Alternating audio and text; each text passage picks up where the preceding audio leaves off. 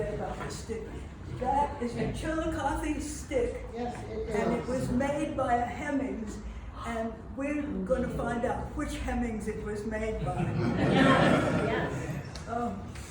Well, I may and may not be the longest time friend of Julia's. We met in 1948. Is there anybody here who's...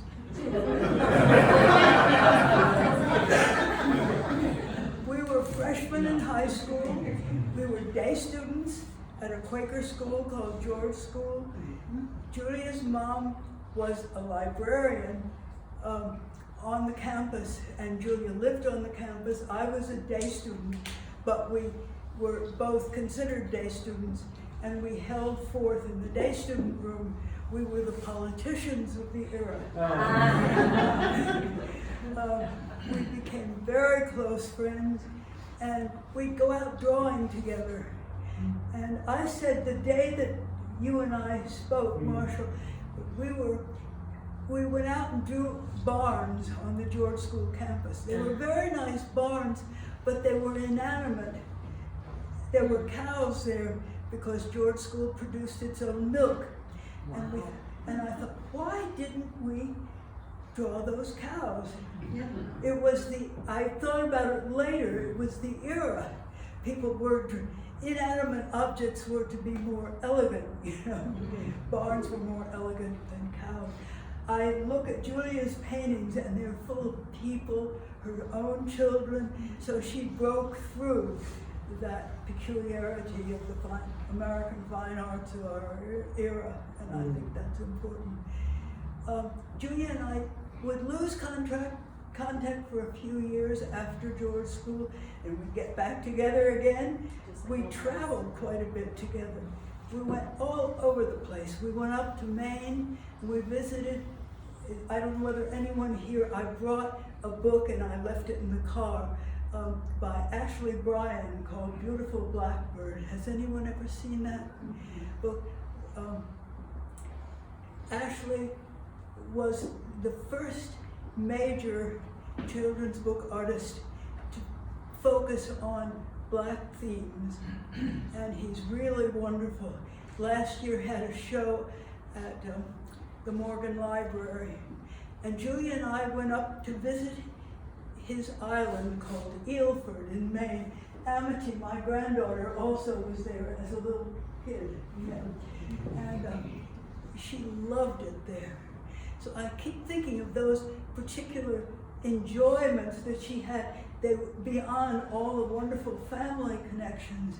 She went out in the world and really enjoyed separate things.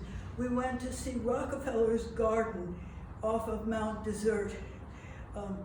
And they said, you can go into the Rockefeller garden, which was very beautiful, but if Mrs. Rockefeller comes in, you'll have to leave.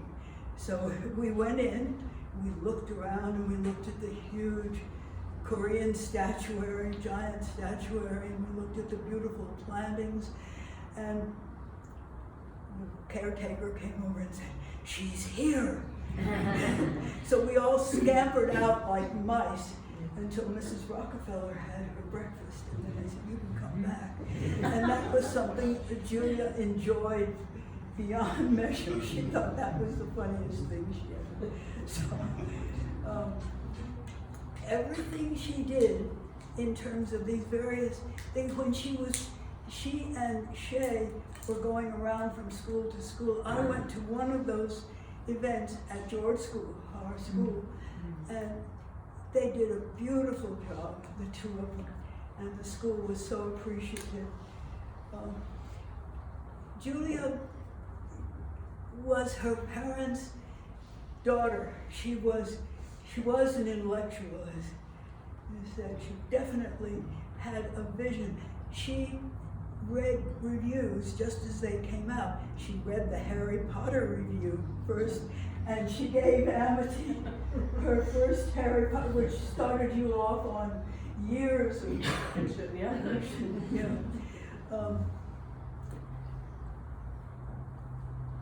We went to Chillicothe with the whole family. Were you there, Pretty? I thought you were, yes. That's when we got our sticks. Chandra and I. And I wanted to tell a story about, I'm glad I'm remembering it, Julia appreciating her brother John in a new way. It was because of Shay. Shay stood up and she said, I want to honor John Jefferson. Some of you were there to hear this. Who was a white man who gave his blood to prove that he was a black man. And I was sitting next to John and he leaned over and he said, you know, that means I'm really important. I said, it does. And Julia heard that. And she was very moved by that. She saw her brother in a new way through that series of events. I better stop there because I've got too many stories to tell. Oh, tell more stories. Yeah, you can tell them. I guess one thing I'll add, it's not usual that a person is very close with their grandmother's friends from high school, but I got the chance to really get to know Julia, and I guess the claim to fame that she would always say is she got me a first edition Harry Potter book, got it right when it came out, and really it did sort of launch me into a whole world of fiction that I had never experienced and would not have without her. But I think the other really important thing and impact she had on my life is during the Jefferson era, she invited me, and so I was like this kid running around, and people thought I was part of the family, but then when they asked, I would say no. But actually, and so it looked random, but it wasn't actually. I'm mixed race, and Julia really wanted me to see a mixed family, and it was very important in my life. Allowed me to have sort of closer relationships with my white family and understand that people can love each other, and so just really wanted to share that. It's really important.